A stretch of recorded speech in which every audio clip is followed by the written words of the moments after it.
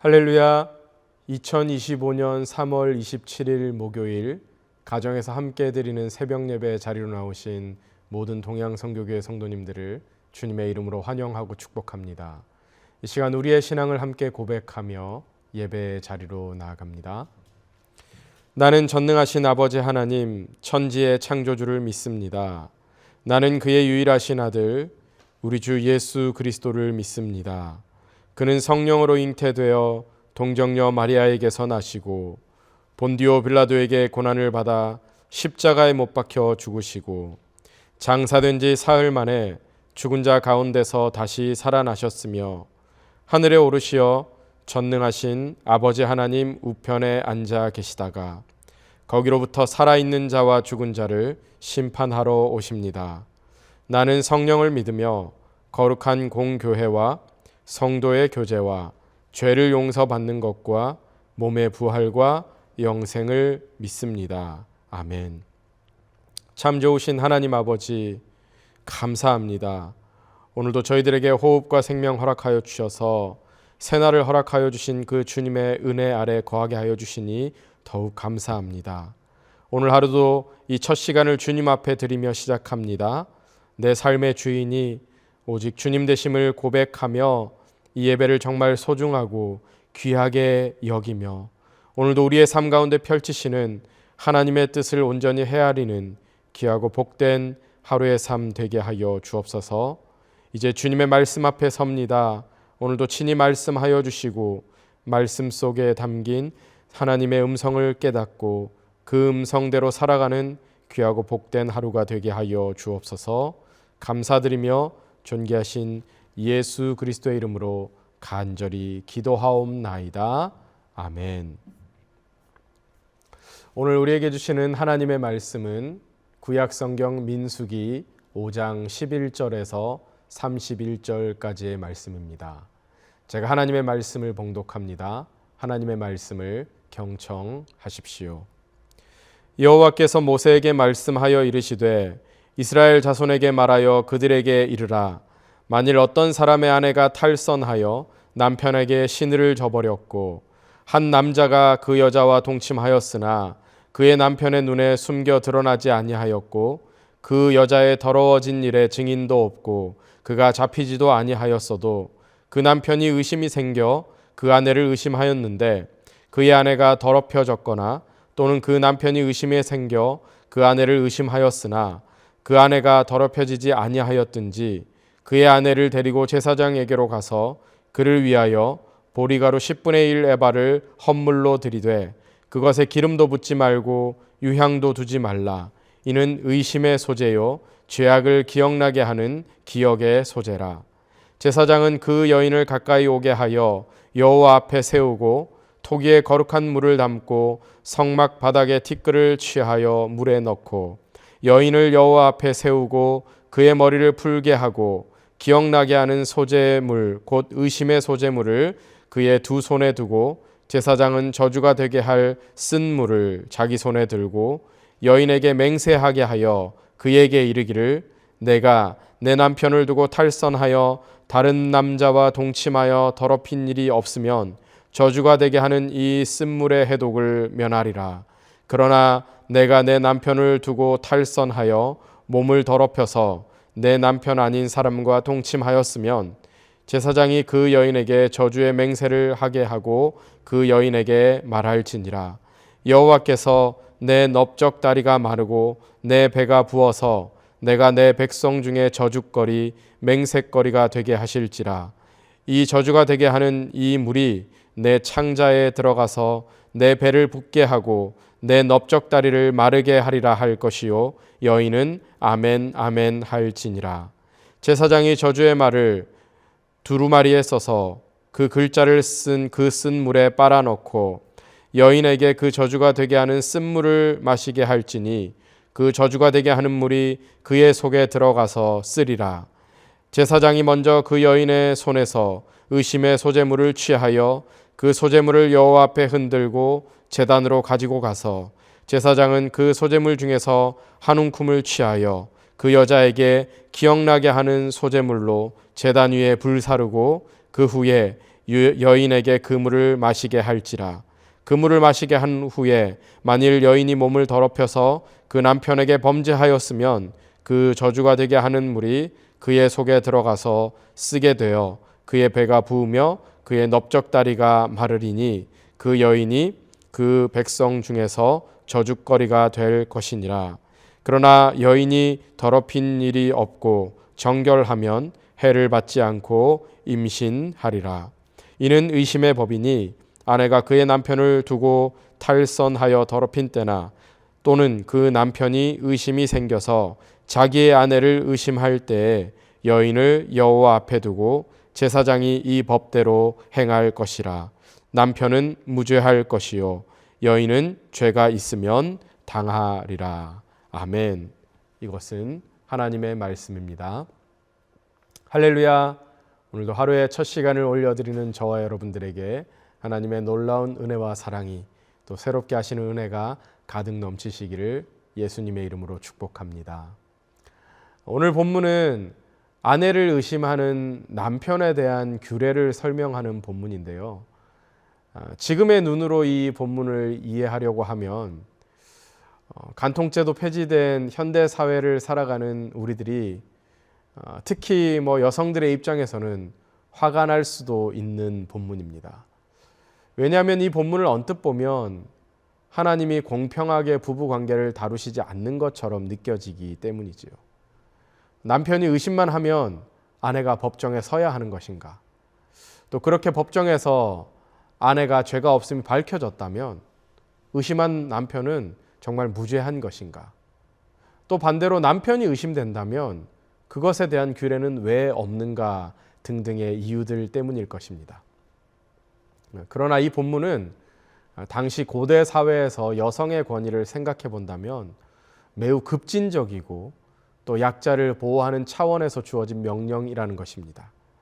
사실 그 당시의 여성의 권위는 이 권위라는 단어를 여성이라는 단어에 붙여서 동등하게 생각해 볼 필요도 없는 정도로 여자라는 것은 그냥 물건 취급을 받았었던 시대입니다.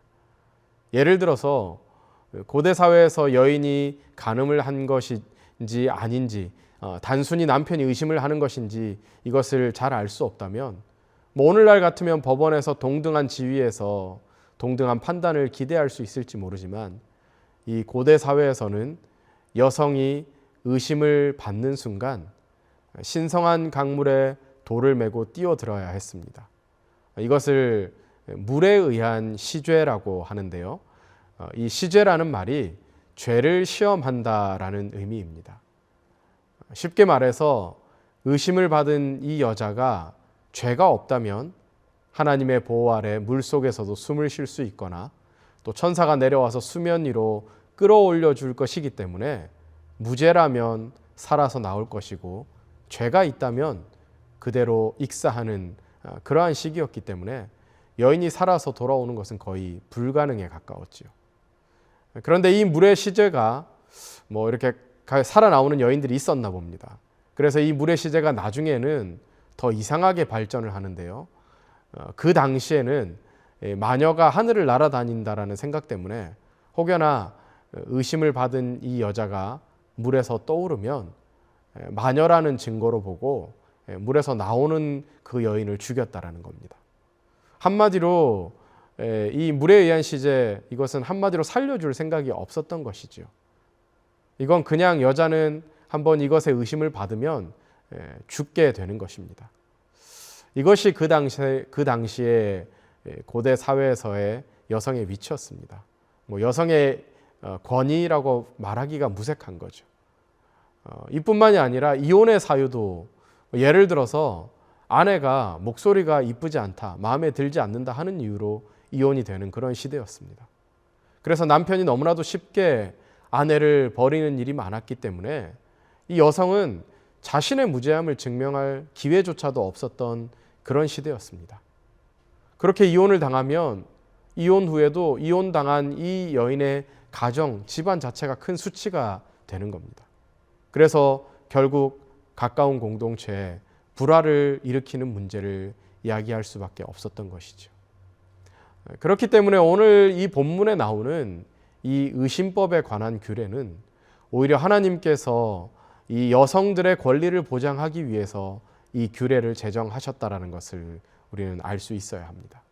이것은 철저하게 약자를 위한 법안인 것이었고, 자신의 무죄를 증명할 기회조차 없었던 그 시절에 남편에게 오해를 받고 있는 이 억울한 아내를 구제해 주기 위해서 아내가 법정에 설 수 있는 은혜를 주셨던 정말 약자를 위한 하나님의 법이었던 거죠. 또 한 가지 우리가 오해하지 말아야 할 것은 이 율법의 간음죄라는 것은 쌍방처벌이 원칙입니다. 그래서 이 본문은 남자나 여자를 구별해서 처벌하는 것이 아니고요. 또 여자의 부정을 잡아내는 특별한 방법을 설명하는 규정이 아니라는 겁니다. 그래서 이 규례는 다소 복잡해 보일 수 있지만 그럴 만한 이유가 있는 것이고, 또 복잡한 절차만큼 쉽게 취급받는 것을 사전에 막고 있는 것입니다.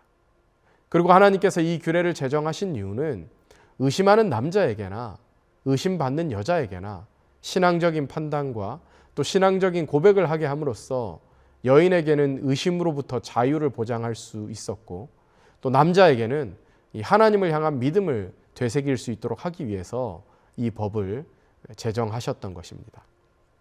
이 법에 대한 내용을 간략히 살펴보면요. 일단 고발은 남자의 의심에서 시작이 되죠. 그러나 그 증거가 없습니다. 남자의 의심이 확신에 의한 것인지 아니면 단순히 의심 때문인지 모르지만 이 의심의 문제가 시작되었다면 남자는 이제 제사장에게로 가서 이 문제를 고발하는 겁니다. 그리고 제사장이 이 부부를 위해서 소제를 준비하는데요. 이 남자에게는 의심의 소제요, 여인에게는 기억의 소제가 되는 겁니다. 그 과정은 여인의 손에 의심의 소제물을 들게 하고 제사장은 저주의 쓴물을 만듭니다. 그리고 여인에게 저주의 맹세를 하게 하고 여인은 거기에 아멘 아멘을 외치지요. 그리고 제사장은 여인의 손에 들려있던 이 소제물 한 움큼을 제단에 태우고 저주의 쓴물을 마시게 하는 겁니다. 이렇게 의심의 소제를 드린 결과 죄가 있다면 여인의 배가 붓고 또 그 넓적다리, 즉 자궁을 의미하는 것인데요. 이것이 말라버린다는 것이고요.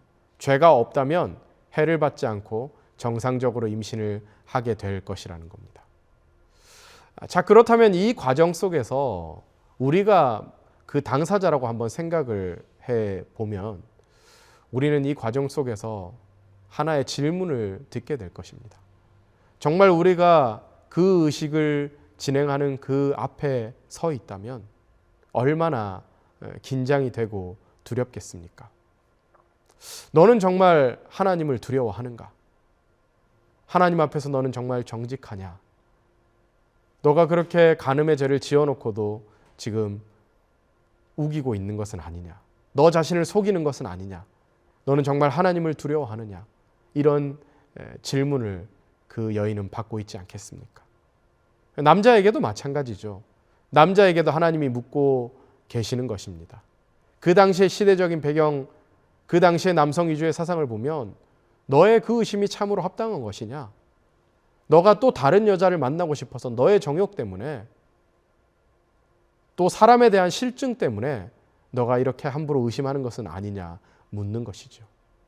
그래서 이것은 간음을 하는 것도 또 사람에 대한 의심도 이 모든 것이 사실 하나님을 잊은 채 살아가는 삶 속에서 생겨나는 잡초 같은 것이라는 것을 말씀해 주시는 것입니다. 하나님은 이 의심의 소재를 통해서 우리 일상에서 잊고 지내는 하나님을 일깨워 주시는 것이죠. 그래서 이 의심의 소재라는 것이 이렇게 다소 복잡한 과정 속에서 주어지는 겁니다. 이 복잡한 과정은 단순히 하나의 과정이 아니라 하나님 앞에 세우는 과정인 것이죠. 우리가 잘 아는 코람데오, 하나님 앞에서 이 본문을 통해서 하나님은 오늘 이 새벽에 우리에게 묻고 계시는 것입니다. 너는 과연 하나님 앞에서 살고 있는가? 그러므로 오늘 본문이 남편이 아내가 의심스러울 때 어떻게 해야 할 것인지에 대해서 말씀하고 있지만 이 말씀은 결코 아내에게만 해당되는 말씀이 아니라 남편들에게도 동시에 해당되는 말씀이라는 겁니다. 즉 아내만 남편에 대한 신의를 지켜야 하는 것이 아니라 남편도 아내에 대한 신의를 지켜야 한다는 것이죠. 그럴 때 그 가정에 평화가 유지되고요. 하나님께서 그 가정과 함께 하심으로써 하나님의 은혜와 축복이 그 가정 위에 부어지게 된다는 겁니다. 그래서 에베소서 5장에 가정에 관한 말씀이 나오는데요. 하나님께서 이 가정을 정의하시는 것을 살펴보면 하나님은 우리에게 이 부부의 하나됨이라는 것이 예수님과 우리가 연합하는 것의 가장 기초이고 출발점이라는 것을 말씀하시는 것입니다. 이 부부의 연합함 아래 예수님과 연합하는 비밀을 발견할 수 있다는 것이죠. 하나님은 이처럼 이 가정 안에서 그분의 형상과 관계의 비밀을 숨겨 놓으셨습니다. 그렇기 때문에 이 가정에서의 음행은 하나님이 중요하게 다루시는 것이고요. 그것이 예수님과 이 교회와의 관계를 깨어버리는 행위로 보고 계시는 것입니다. 그래서 이 음행에 대해서는 너무나도 중요하게 다루고 계시고요. 이 음행을 그저 배우자를 향한 잠시의 사랑이 끊어진 것으로 보지 않으시고 우상을 섬긴 것과 같은 것으로 보시는 것입니다. 이렇게 이 가정의 부부의 연합이 중요한 것이고 소중한 것이죠. 자, 그런데 세상은 어떻습니까? 점점 더 비성경적으로 나가고 있죠. 드라마와 영화 그리고 실제 일어나는 일들이 얼마나 막장인 시대를 우리가 살아가고 있습니까? 이미 한국에서는 약 10여 년 전에 간통죄가 성의 자유권이라는 행복 추구권과 배치된다는 이유로 폐지가 되지 않았습니까? 세상은 점점 이렇게 흘러가고 있습니다. 이런 것들이 당연하게 받아들여지고 있습니다. 세상은 자기가 하고 싶은 대로 하는 것이 행복해질 수 있는 비결이라고 말하고 있지만 절대로 그렇지 않습니다. 우리가 하나님의 말씀을 어기면 짜릿하고 행복할 것 같지요. 그 순간은 그럴 수 있습니다. 그러나 그러면 그럴수록 우리는 더 불행해질 수밖에 없습니다. 사단이 마귀가 시키는 대로 어떻게 부부가 각각 다른 남자와 여자를 사귀며 자신이 원하는 대로 자신이 하고 싶은 대로 살아가는데 어떻게 그 가정이 행복해질 수 있겠습니까? 그건 말이 안 되는 것이죠. 우리가 행복해질 수 있는 비결은 오직 한 가지, 그것은 우리가 철저하게 이 하나님의 말씀대로 우리가 원하는 대로가 아니라 하나님께서 원하는 대로 살아가는 것입니다. 그럴 때만 사단이 결코 우리의 가정을 흔들 수 없고요. 하나님의 은혜와 보호 가운데 그 가정이 든든하게 세워져 나가는 것입니다.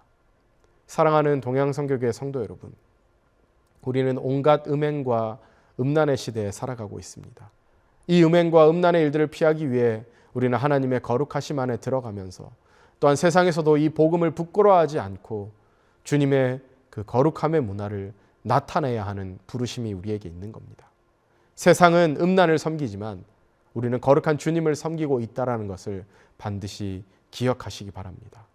이 일에 우리를 부르신 그 주님의 부르심을 기억하면서 오늘도 코람되어 하나님 앞에서 말씀을 붙들고 살아가시는 저와 여러분들의 귀하고 복된 하루의 삶 될 수 있기를 예수님의 이름으로 축복합니다. 함께 기도하겠습니다. 하나님, 오늘도 말씀의 거울 앞에서 서는 일을 게을리하지 않게 하여 주시고 내 안에 음란을 제거하시는 주님의 거룩함을 사모하며 내 마음과 생각을 지키시는 주님 따라가기를 간절히 소망합니다. 우리의 가정을 지켜주시고 또 우리의 자녀들을 이 음란의 세대에서 지켜주시기를 간절히 기도합니다. 더욱 거룩하신 하나님의 보좌 앞으로 인도하여 주셔서 주님을 예배하는 연합의 비밀을 알게 하시고 주님을 더욱더 알아가는 삶이 되게 하여 주시옵소서.